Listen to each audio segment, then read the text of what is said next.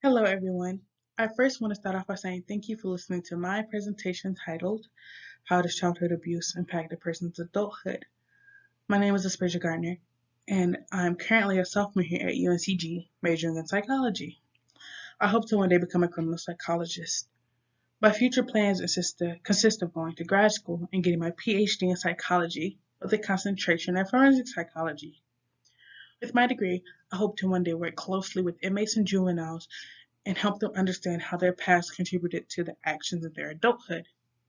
I also want to work with childhood abuse victims and understand how their adversities as a child impacted their mental issues, psychological disorders, and their aggression levels. So, an overview of my research poster. Victims of childhood abuse need the answers to their questions solved that will help them understand the linkage between their past and their present. As a person who's been around people that experience abuse in their childhood abuse victims often feel disassociated with the people around them and the world around them, and they often feel like they cannot get through their daily expectations. Childhood abuse victims live their life suffering from their past and don't understand why they find it so hard to let go of their past and live in the present. As a person who has experienced childhood abuse, I have often found it hard to get through my daily expectations or get through problems because I found it hard getting through problems as a child. Childhood abuse victims also need to know why they feel disconnected from the people around them, especially when they thrive so hard to try to build connections and relationships to the people around them, or the people that they work with. You see, childhood abuse victims often find it hard to trust the people around them because they couldn't trust their caregiver growing up. A few methods I used was research databases, psychology articles, tables and graphs, forensic interviews, and scholarly articles.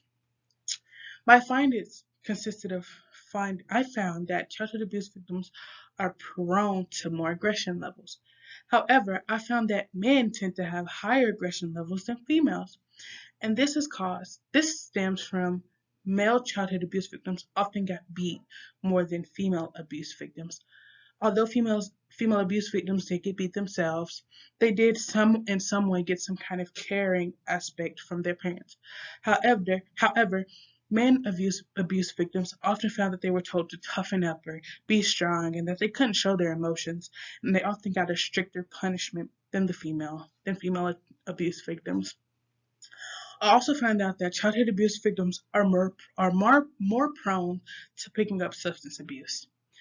I found that women tend to abuse more substances than men, though, and this linkage is shown as young as teenage years.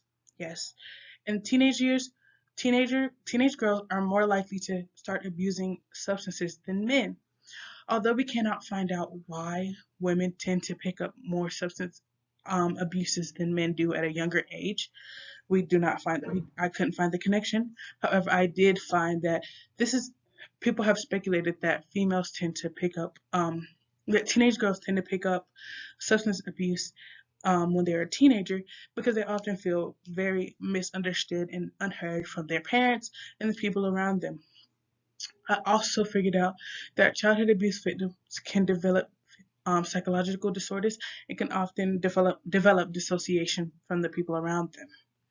This is because they couldn't trust the people growing up. They often find it hard to trust the people around them. And because of this, they find it easier to disassociate themselves from the people around them. A few sources and acknowledgments that I use is KM, titled Childhood Sexual, Emotional, and Physical Abuse as a Predictor of Dissociation in Adulthood. Another article I used was Kadobi F, The Impact of Adverse Childhood Experiences on Adult Aggression and Self-Esteem, a study on male forensics clients. Another source that I used was Lou R, Number of Childhood Abuse Perpetrators and the Occurrence of Depression Episodes in Adulthood.